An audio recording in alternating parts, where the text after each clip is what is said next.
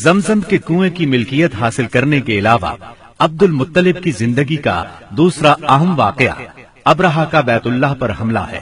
तारीख में इसको वाकया फील के नाम से याद किया जाता है। अब्रहा एक ईसाई सरदार था। शाह हबशा नज्जाशी की तरफ से यमन का हाकिम था। उसने देखा कि अहले अरब हज के लिए मक्का मुकर्रमा जाते हैं और खाना काबा का तवाफ करते हैं, तो उसने ईसाई मजहब के नाम पर यमन के शहर सनआ में एक आलीशान गिरजा बनवाया। अरब में इस गिरजा की खबर मशहूर हो गई। कबीला किनाना का एक आदमी वहां गया और गिरजा में गंदगी फैलाकर भाग आया। अब्रहा ने गुस्से में आकर कसम खाई कि काबे को ढाकर दम लेगा। चुनाचे वो एक लश्कर जर्रार लेकर मक्का मुकर्रमा की तरफ रवाना हुआ। रास्ते में अरब के जिस कबीले ने भी मुजाहमत की, अब्रहा ने उसे तहे तेख कर डाला, यहाँ तक कि वो मक्का मुअज्जमा के करीब पहुंच गया। वहां के लोगों को अपने इरादे से खबरदार करने के लिए उसने अहले मक्का के जानवर पकड़ लिए।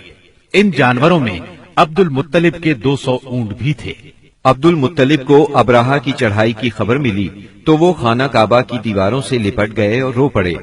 अल्लाह से अपने घर की हिफाजत की दुआ की। कुरैश के चंद सरदारों को लेकर अब्राहा से मिलने के लिए गए और उससे अपने ऊंटों की वापसी का मुतालबा किया। अब्राहा उनकी बात सुनकर हैरान हुआ और बोला, तुमने अपने ऊंटों की वापसी की तो बात की, काबे के मुताल्लिक एक लफ्ज भी नहीं कहा। मैं तो यहाँ काबे को ढाने के लिए आया हूँ। अब्दुल मुत्तलिब ने जवाब दिया, ऊंट मेरी मिल्कियत है, इसलिए उनकी रिहाई के लिए चला आया।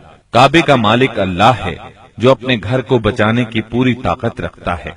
अब्राहा ने इन ऊंटों की वापसी का हुक्म दे दिया। ये अपने ऊंट लेकर मक्का मुअज्जमा वापस आ गए। 60-70 हजार का लश्कर था और उसमें 9 या 13 हाथी थे। इस लश्कर ने आखिर मक्के पर चढ़ाई की।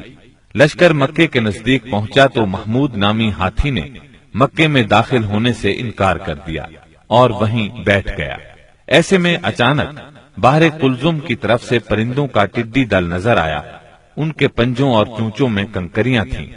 जिन सिपाहियों पर वो कंकरियां पड़ती, उनके आज़ा कटना शुरू हो जाते। इन कंकरियों के गिरने से अब्रहा की फौज और हाथियों का जो हश्र हुआ, वो बिलाशुबा तारीख आलम का एक निहायत हैरतनाक बाब है। खुद अब्रहा मुश्किल से गिरता पड़ता सनआ तक पहुंचा और निहायत दर्दनाक अजाब में गिरफ्तार होकर यमन में मरा। अरबों के यहाँ उस साल को आमुल फील कहते हैं। एक मुद्दत तक यही तकवीमी साल शुमार होता रहा। कुरान करीम में ये वाकया सूरह फील में बयान हुआ।